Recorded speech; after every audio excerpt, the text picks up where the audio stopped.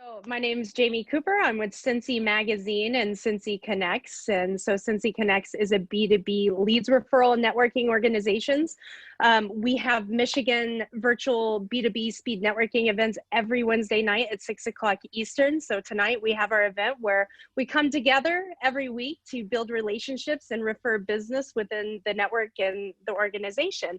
And then Cincy Magazine, by the way, to go to cincymag.com. We just released our October issue of the magazine. Super pumped. A lot of really great articles that you can read about. And I'll talk a little bit more about that after the roundtable. And Bruce, I have to say, you looked a lot different than this time than compared to last year. I would not recognize you. A lot of people think I should have looked like this for 6 years.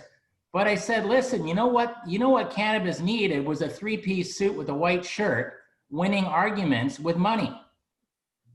Like, good point. Right? If I didn't win arguments with money, and it took every little manipulation of image, thought, if I didn't win those arguments, the sector doesn't have Constellation dropping $4 billion in. And that means that there is no consumer packaged good planet on the planet right now that does not have an analytics group wondering when, how, and where they step into the cannabis business. Yeah. And so, Tammy actually has some good things to say about Grand Haven and what you've been doing in that area. When she was on the first segment, talked about West Michigan being pretty conservative, all things considered. But Grand Haven was one of those bright spots. I just want to make sure that she knew that, Tammy. Yes, and thank you, Tammy. Tammy has always been very supportive. I love everything that she's doing for our communities in West Michigan and the community that she's building and the support that she's giving people to run for these elected positions. You know, we do have 2021 is going to be a pretty big year. Those are our city elections. You know, right now we're looking at township, village elections. We have city elections. So, you know, city of Wyoming, city of Kentwood, those are nice little targets for us next year. And so, yeah, Grand Haven, you know, for several years I was told it would never ever happen here, and that just gave me more fuel for the fire. Don't tell me no. So yeah, that's what they told us about the adult use program. You'll never get that passed. They'll never vote for it. Blah, blah, blah, blah, blah. It took us 3 times. Repeal today in 2012, MI legalized in 2016, and then the MRTMA effort in 2018. But we persisted, and we were successful. You can't listen to the haters, the people that try to make you doubt yourself. That's right. You know, I was thinking about 2 days ago was, I wonder what Scott Greenlee is doing these days. Do you remember 2 years ago, like the No campaign that was coming out against us, and this guy was just hating on cannabis so bad, you know? I had to debate that guy. I had to debate that guy on Wood TV along with the Kent County prosecutor. I debated him at Grand Valley, debated him at Wealthy Theater. And she crushed it. It's like, I really got to know Scott well. He would bring this giant bag of like oregano. He's just like, this is weed. And he was a piece of work. But he left. I still see Don Bailey every once in a while. Some of the noted anti-cannabis foes that have been in Michigan, especially working with Project Sam. Bruce, I know you have to run up against those Project Sam yahoos pretty much everywhere you go, don't you? Yeah, but you know what? I was just sitting back for a bit, both admiring Tammy's art behind her, thinking I need to up my game. And the fact that there is some wind or air in the room, some oxygen, to have a discussion about cannabis, even though it's not really happening in the federal context at all, which is extraordinarily disappointing for me, in that I thought there might be a chance to have a rational discussion. But I guess when you have a 74-year-old debating a 78-year-old, that's a hard argument some days. But you guys at least are still carrying it on at different jurisdictional levels. And so I think it may in fact be an upside surprise because it gets lost that that's still occurring, and it might in fact be a better time to win the argument because it's not so polarized at the top. So I think there's good out of something every time. Just like California, I mean, you can win a statewide election, but you still then have all of the individual municipalities you have to win over. Everyone's given the option to say no to businesses, although personal freedoms they can't say no to. But that, you know, one victory begets a million new battles. It's just the way it is. Well, and everywhere you go. everybody needs tax money right now. You know, Ethan Nadelman of the Drug Policy Alliance always said that. He said economic downturns are often the best opportunity for a drug policy change. You know, right now we're seeing entities that wouldn't have remotely considered cannabis. Now they're looking at places like Muskegon and Lowell. Meds Cafe was pitching in like tens of thousands of dollars in taxes in this little tiny city, you know. And so other people are like, oh, wait a second, we're facing this massive budget shortage. Maybe we should consider this. It's a no-brainer, right? I'm sorry, Bruce. I think that's going to be one of the big drivers of all the other communities getting on board. Is they're going to see all this money being made in taxes, and that's what they need. I mean, and you know, you just can't tax the people more than we already right now. Yeah. The one thing we can't get stuck in, though, is selling cannabis law reform based just on tax revenue alone. The fact is, when you bring cannabis businesses to town, they bring all of the positivity. They bring the employment. They bring all of the beautification of the community, utilizing dilapidated buildings. I know, Bruce, you were probably going to jump in on that, so let me let you. That's exactly been my push. So I've been interacting with New York State a lot. And my argument has been exactly like, well, you could actually structure when you go full blast on legalization that you make sure that the production occurs in the geographies where the dilapidated buildings are. Because right beside them are the people who don't have a job. And you know what used to get used in that building that does now? Electricity. Mm-hmm. And so you have tons of line power getting unused. You have a bunch of unemployed or underemployed people.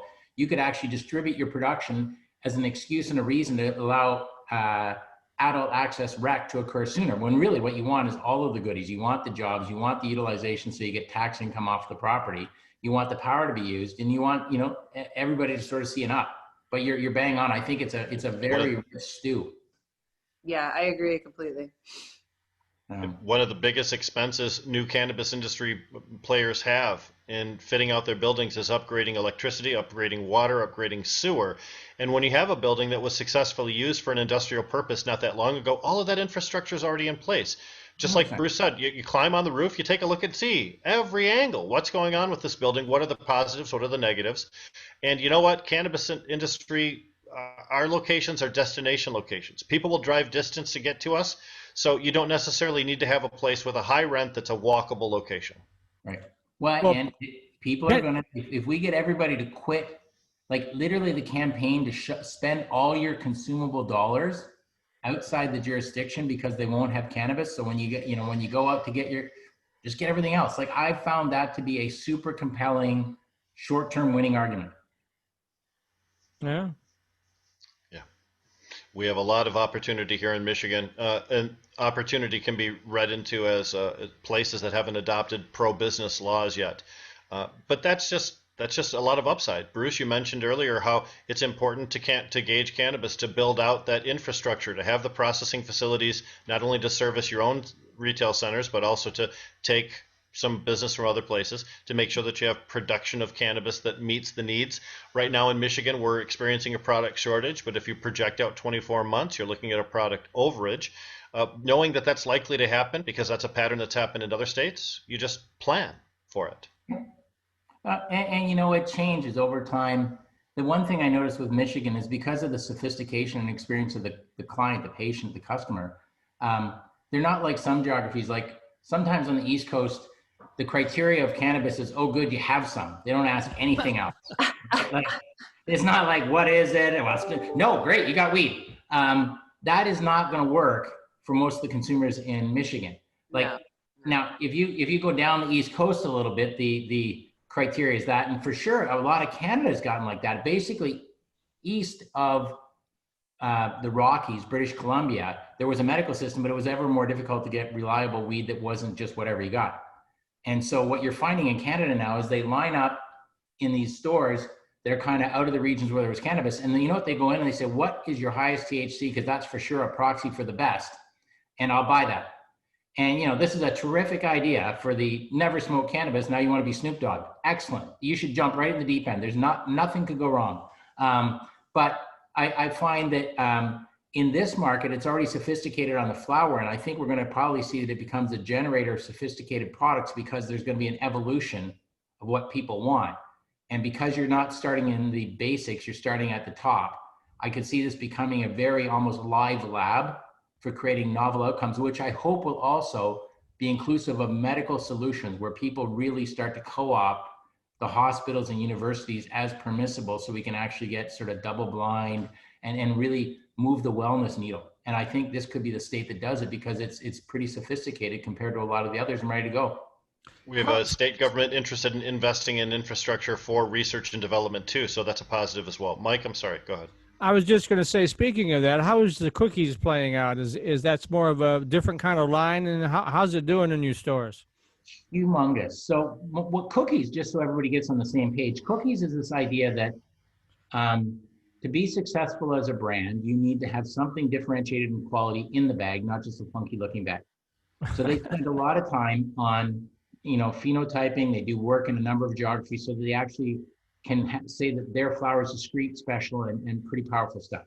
Then they make interesting brands, and if you go to the store, you'll see them. Then they have a live person whose actual name is Berner, who's a performer, and he crosses all kinds of cultural boundaries, does tons of work, whether it's through commingling with artists from South America across the country, and he's driving this. And what they're doing is they're saying to anybody they license, we'll let you run this, you brand it, you run the store, carry this big blue store, put about half the stuff in there is ours, half can be whatever's yours, be good.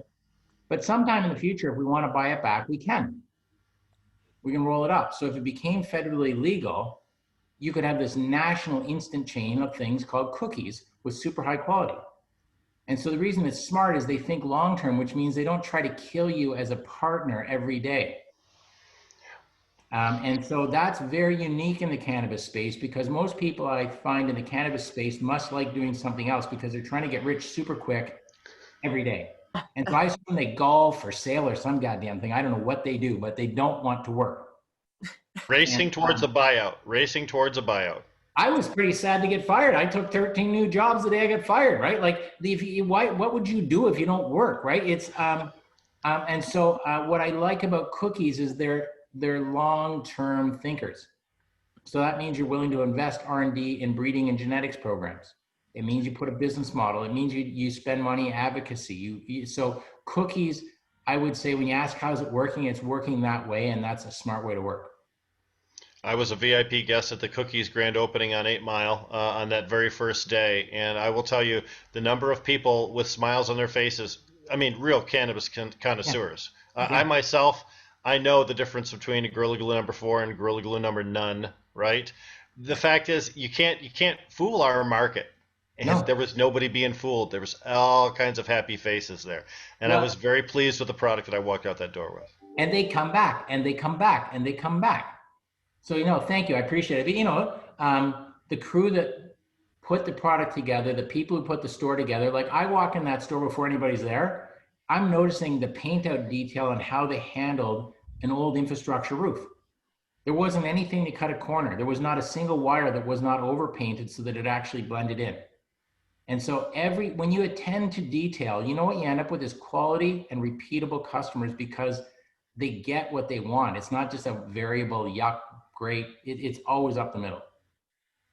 And we're coming towards the end of the show, but I wanted to throw in one question for you, Bruce, because we had the CEO of Skyman on, was it last week, Rick? Yes. And 2 weeks ago. Was it 2 weeks ago? Okay, yeah, he was predicting that in Michigan we could get up to 500 or 600 provisioning centers, and then there'd be a big shakeout, and it would come back down to around 300-ish. What do you think? What's the absolute number? I don't know. But what you start having is, regrettably, unless you do a super interesting bespoke sort of thing, you always end up in retail with 3 or 4 major players. And if you don't believe me, drive around past the malls. You see a Starbucks and a few others. Everything goes that way. So I think there will be that. I hope the way people open them is that if there's a shakeout, they haven't mortgaged up everything they have in order to open, but they see this as a responsible business choice, because sometimes I'm worried that the folks who get that one license, that it turns out to be a bad thing for them rather than a terrific thing. And so I would hope the regulators sort of help guide that, and that we as people in the industry don't dissuade people from doing it, but make sure that they're not leveraged where the last dollar is in, because sometimes it doesn't go smoothly. But, porridge too hot, porridge too cold, porridge just right. Happens every time. Yeah. Sometimes a chair gets broken along the way. Who knows? And then one last thing, Rick brought it up, and we were going to try to, we'll do a show about it, is micro business licenses. There's a lot of pushback from some of the bigger players trying to keep the little tiny players out of the market. What do you think of that? I think there's only going to be big and tiny. If you're in the middle, you're toast. And I think that's the way it should be, right? If you want big and you want volume, they can afford all the labs and the overheads and everything. And if you want to work in the business you create, go nuts. And I think there's a market for people who live, operate, and create. And there's a market for people who scale. But I don't think there's a market for anybody in the middle who says, I'd like to be a little of this, a little of that. It doesn't work. It's specialization or it's expertise. Okay. That sounds like a comment on vertical integration, though, Bruce. No, vertical integration can make you big. Mhm. And in fact, sometimes what you'll find is the micro grower says, listen, I'm going to do a great job and I want to put it in your store and I want to make a deal where I take 50% of the gross selling value, which is what I like. Because then the person running the store has an incentive to sell it for the maximum price. They make 50% or more. And the person who grew it makes 50% or more. And I think that model of grow it great and get 50 points of the total selling price can make everybody work. It can be a special corner of the store. In fact, when I was in Jamaica a few times, what I've been pushing is they have 14 parishes there that every parish should have, they have to have 50% of all the product produced and sold by micro growers, and it has to be representation of all 14 parishes. So they actually have a competitive differentiation between the parish products, which might cause the tourists to get off their butt, leave the resort and actually go see what Portland is because they like that strain best. And I think if you did it right in the state, what you do is you don't just say micro grower, you say micro grower from where? Right. And people get game on, they start to compete, and you can start to say, well, I grew up there, but I moved here, and you can still buy product that came from that area. And I think it actually makes it a stronger state business because it attaches to the state. And from that, great stories come. All right. Well, I'm going to have just to honor the time commitment. We do the shameless plug now where everyone gets a chance to talk about their business, their project, whatever's going on. We'll start with Rick. Go ahead, Rick. Well, of course, I've got a couple of different radio programs. We do Jazz Cabbage Cafe every week from 4 to 6 p.m. I've got 420 Post. As a part of the Michigan Democratic Party's Cannabis Caucus, we oftentimes do broadcasts on 420 on Saturday afternoons. But you can always catch me at my website, which is thesocialrevolution.org, or any of my journalism or photography, or any of the ways around there. Say your website again. I couldn't even write it down. Thesocialrevolution.org. You owe me. a double plug there. Yes, nice. Very good. Tammy, good technique. Ahead. Yes. Go ahead, Tammy. Yeah, just a reminder that the West Michigan Cannabis Guild is alive and well and fighting for better candidates and fighting for better ordinances and better access and expungements and justice for people that have been harmed by marijuana prohibition. So check us out on Facebook or online. And if you're in Grand Rapids and you want to stop by the Pyramid Scheme or the Meanwhile, both these businesses have heavily supported all things marijuana, lots of policy change, countless meetings and gatherings and fundraisers and discussions and strategy sessions. So please throw us some love. It's been a really hard year for hospitality. So we really appreciate any support you can throw at us. And you mentioned that today your political endorsement list is going to be coming out. So make sure that you send a copy to me. You have my email address, and we'll make sure we publish that tomorrow in our newsletter. Bruce, go ahead, talk about whatever you want to talk about here. Who do you want to plug or what? I think the hat says it all, and I've said a lot on top of the hat.